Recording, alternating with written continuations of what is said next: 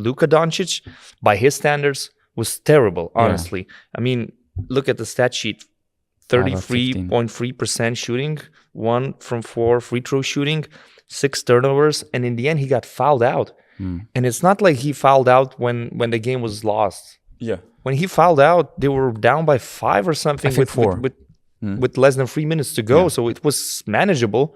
And even without Luka, they made that run in the last minute, and Prepelic went for the shot and went for the foul, but didn't get the call. So, you know, when your best player is fouled out in a situation where you still have a decent opportunity to win, it hits the morale of the team, in my opinion. I mean, it's hard to depend on Goran Dragic, who's playing for 37 minutes when he's 36 years old. And the thing about these last fouls, you remember he got technical. I think that he was addressing A.G. Slaughter's layup, which as we watched the replay, I think it was kind of obvious travel.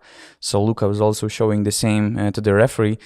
But at the same time, I mean, Luka was always on a very thin line talking with referees for the technical foul. So he should have been smarter in that situation. Although I hate the fact that in this Eurobasket, usually players or coaches receive technical foul after.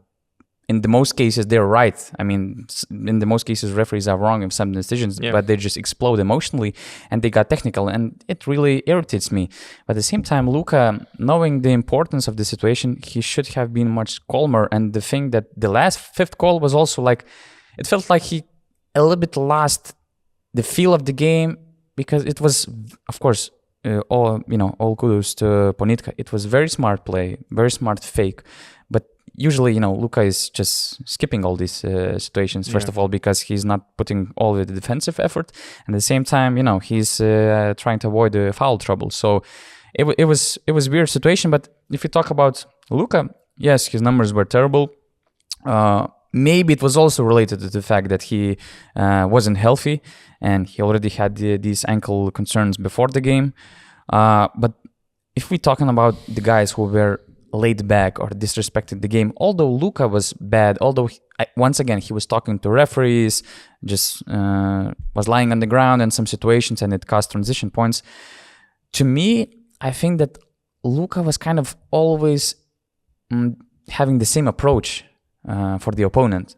To me, it felt like the others underestimated Poland. At first, you can feel it, from their defensive approach, no intensity, no physicality. They cannot come back in transition. They also look bad in half-court defense. But just, to me, it's very weird, because it's not the first time that, Luka, okay, his numbers are very average by his standards, but I mean, at least it feels like his mentality was here. He was fighting for the game. Okay, maybe he was wasting energy too much, but others, I think that they let the country down as well, and they're not as good to act like that. I mean, I think that they kind of got lost in this dream where they became way better players playing with Luka Doncic, but just take Luka Doncic out of the game and put them individually in every other situation, and this is really average team. It's very well equipped, lined up to play with Luka Doncic. But if you take him out of the game, it's very tough for this group of guys.